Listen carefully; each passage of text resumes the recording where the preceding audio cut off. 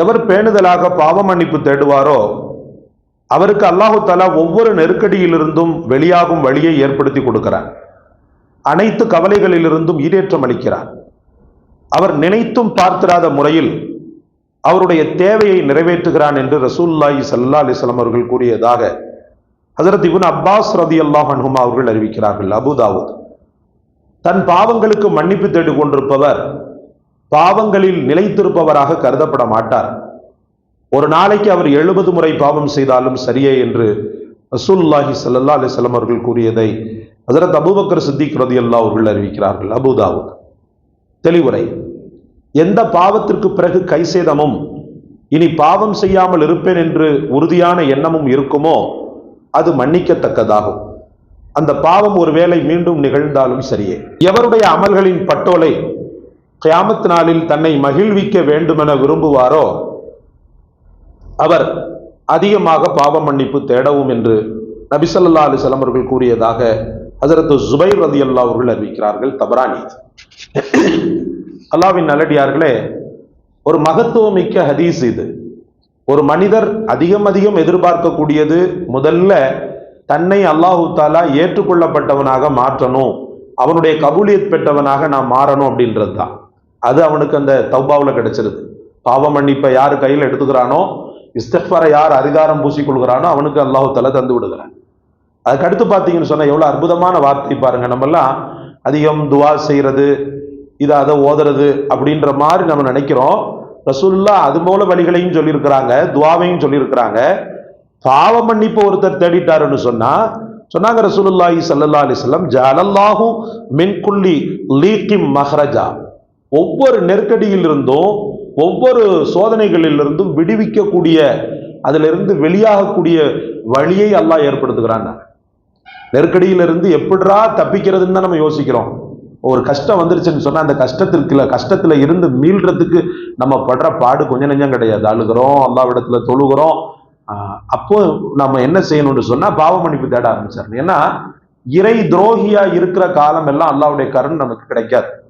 நம்ம என்ன தலையில தண்ணி குடிச்சாலும் சரி, இறை துரோகியா இருக்கிறேன், என் வாழ்க்கையில் அல்லாஹ்வுக்கு பிடிக்காதவனாக நான் வாழ்ந்து கொண்டிருக்கிறேன்னா முதல்ல இறைவனுக்கு நெருக்கமானவனான ஆகணும்னா கண்ணீர் மட்டும்தான் பதில், கண்ணீர் மட்டும்தான் வழி. வேற எந்த வழியை அவன் எடுத்துக்கொண்டாலும் ஒரு நாளைக்கு 1000 முறை அல்லாஹ் அல்லாஹ் அல்லாஹ் அல்லான்னு தஸ்பீஹ் செய்யறான். ஆனா உள்ளத்துல பாவம் நிறைந்து காணப்படுது. பாவ மன்னிப்பும் தேடல, ஒன்னும் தேடல. அதாவது நான் உங்களுக்கு புரியுற மாதிரி சொல்றதாக இருந்தா, உள்ளம் ஃபுல்லா நஜீஸை வச்சுக்கிட்டு அதுக்கு மேல தூக்கி தூக்கி தூக்கி நல்லதை போடுறான். நஜீஸ் உள்ள இருக்கப்பா, நஜீஸ் இருக்க, அந்த நஜீஸை முதல்ல வெளியில எடு. அழுக்கடைந்த ஒரு வீட்டுல வந்துகிட்டு ஜோடனைக்காக அலங்கார பொருட்களை ஒருத்தன் வச்சானா, அந்த கதை தான். ஃபுல்லா அழுக்கு பாசி, இது பாலடைந்த வீடு, நூலாம்படையா இருக்கு.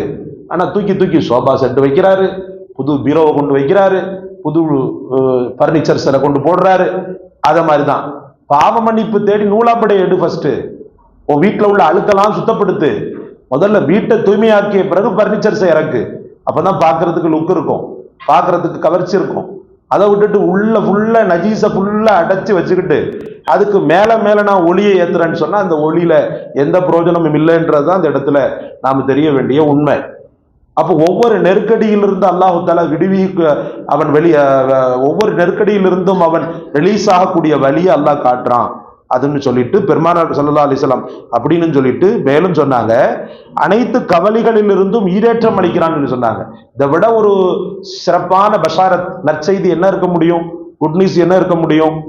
மேலும் ரசூல் அடுக்குறாங்க, அவர் நினைத்து பார்த்திராத முறையில் அவருடைய தேவையை அல்லாஹ் நிறைவேற்றுகிறான்னு சொன்னாங்க. ரிஸ்க்கு தேவையா, வறுமை போகணுமா, செல்வம் கிடைக்கணுமா, அவன் என்ன எதிர்பார்க்கிறான், பிள்ளைகளுக்கு நல்ல கல்யாணம் வேணுமா, பிள்ளைகளுக்கு அழகான முறையில குடும்ப வாழ்க்கை நல்லா அமையணுமா, அவன் என்ன எதிர்பார்க்கிறானோ அது இதுல கிடைச்சிருது.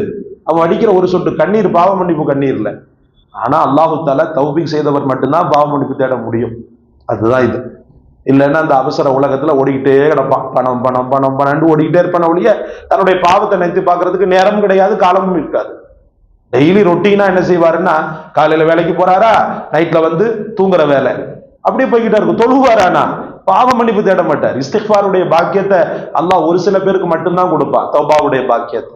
அல்லாஹ் அப்படிப்பட்ட மக்களாக, அவனால் தௌபாவுடைய வாய்ப்பும் பாக்கியமும் அதிகம் கொடுக்கப்படக்கூடிய மக்களாக, ஆபத்தை விட்டொழித்து தூய்மையான வாழ்க்கை வாழக்கூடிய மக்களாக அல்லாஹ் உங்களையும் என்னையும் ஆக்கியோம்.